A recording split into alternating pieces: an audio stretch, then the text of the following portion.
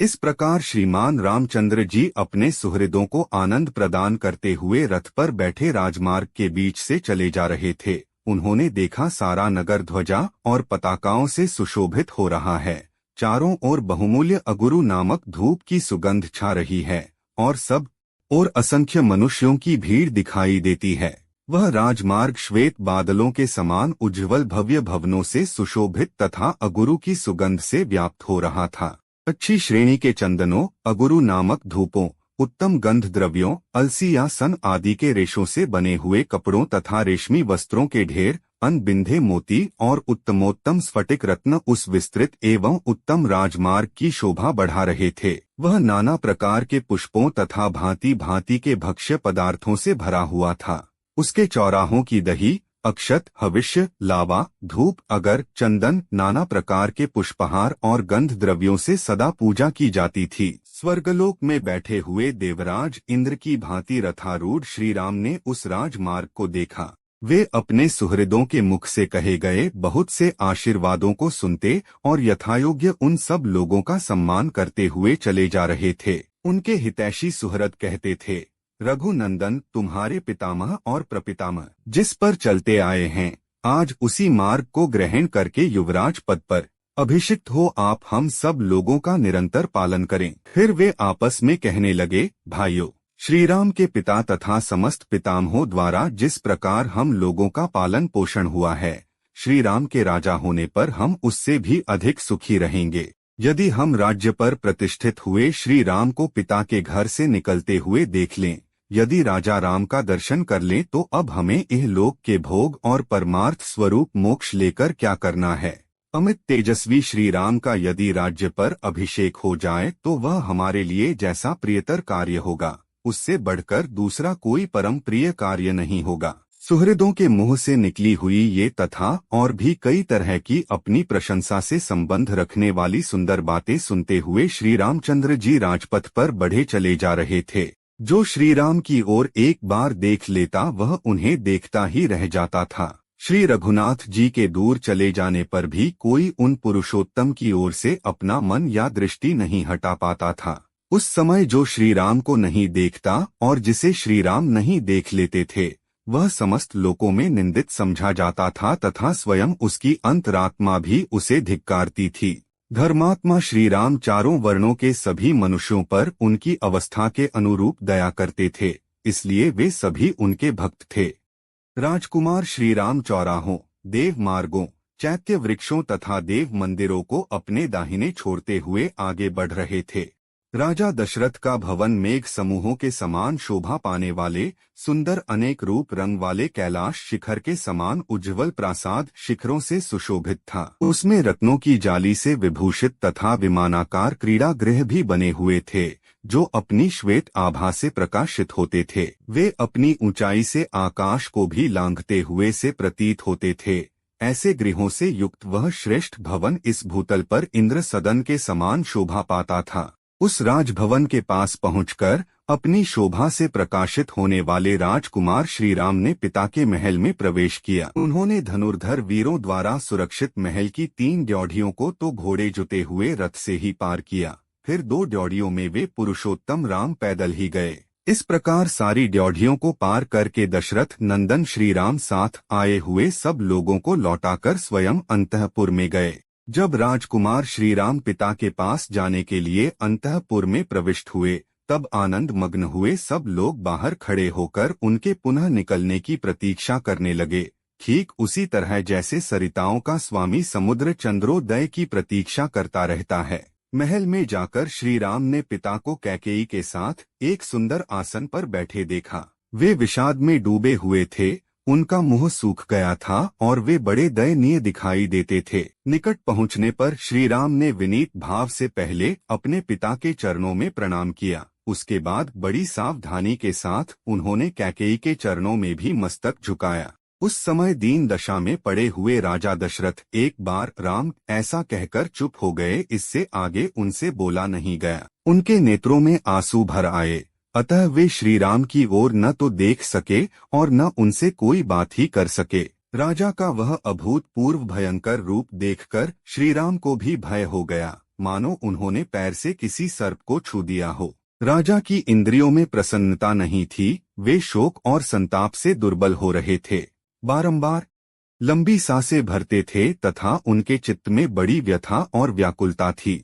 वे ऐसे दिखते थे मानो तरंग मालाओं से उपलक्षित अक्षोभ्य समुद्र क्षुब्ध हो उठा हो, सूर्य को राहु ने ग्रस लिया हो अथवा किसी महर्षि ने झूठ बोल दिया हो। राजा का वह शोक संभावना से परे था। इस शोक का क्या कारण है, यह सोचते हुए श्री रामचंद्र जी पूर्णिमा के समुद्र की भांति अत्यंत विक्षुब्ध हो उठे। पिता के हित में तत्पर रहने वाले परम चतुर श्री राम सोचने लगे कि आज ही ऐसी क्या बात हो गई जिससे महाराज मुझसे प्रसन्न होकर बोलते नहीं हैं। और दिन तो पिताजी कुपित होने पर भी मुझे देखते ही प्रसन्न हो जाते थे, आज मेरी ओर दृष्टिपात करके इन्हें क्लेश क्यों हो रहा है। यह सब सोचकर श्री राम दीन से हो गए, शोक से कातर हो उठे। विषाद के कारण उनके मुख की कांति फीकी पड़ गई। वे कैकेयी को प्रणाम करके उसी से पूछने लगे, माँ, मुझसे अनजाने में कोई अपराध तो नहीं हो गया जिससे पिताजी मुझ पर नाराज हो गए हैं। तुम यह बात मुझे बताओ और तुम ही इन्हें मना दो।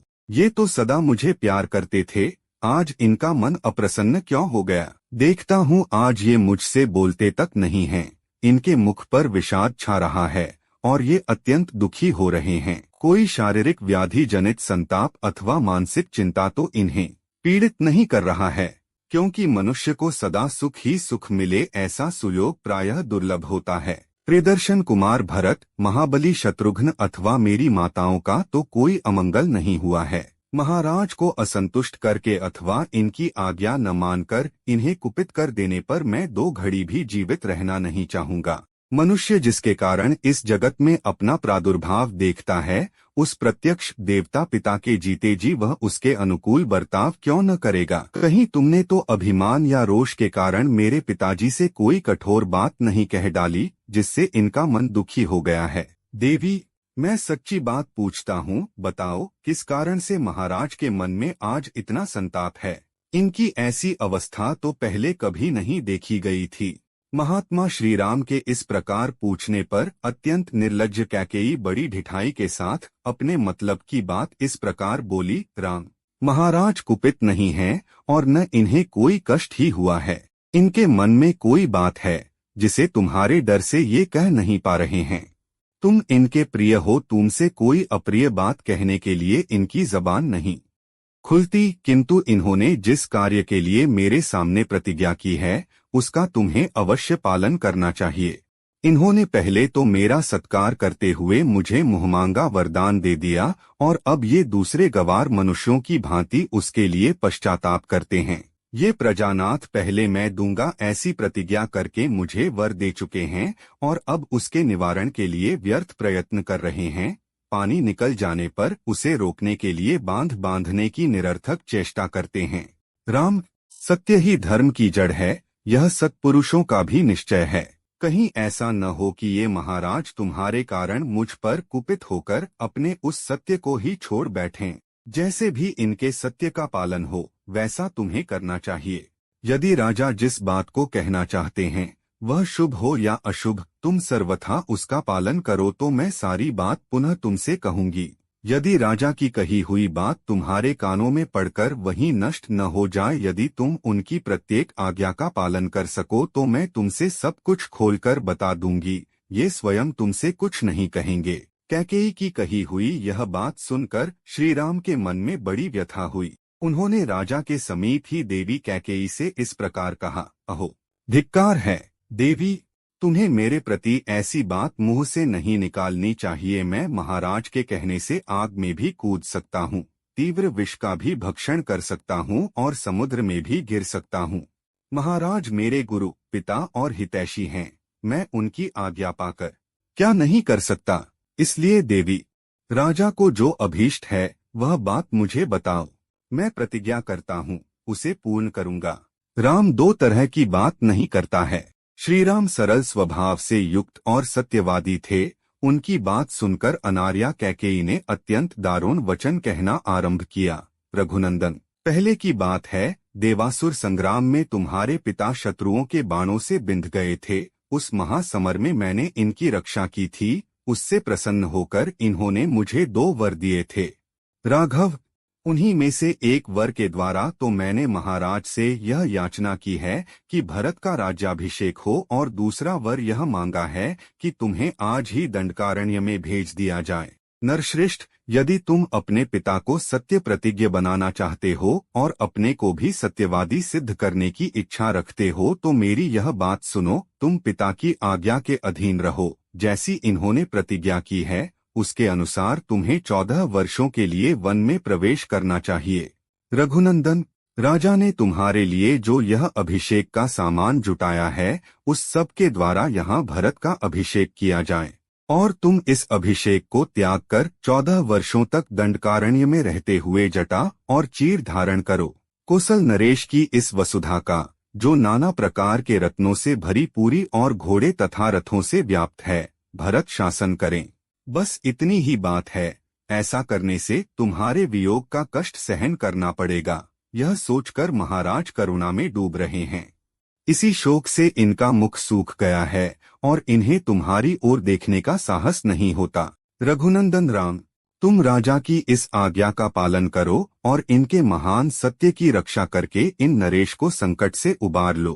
कैकेयी के इस प्रकार कठोर वचन कहने पर भी श्री राम के हृदय में शोक नहीं हुआ, परंतु महानुभाव राजा दशरथ पुत्र के भावी वियोग जनित दुख से संतप्त एवं व्यथित हो उठे।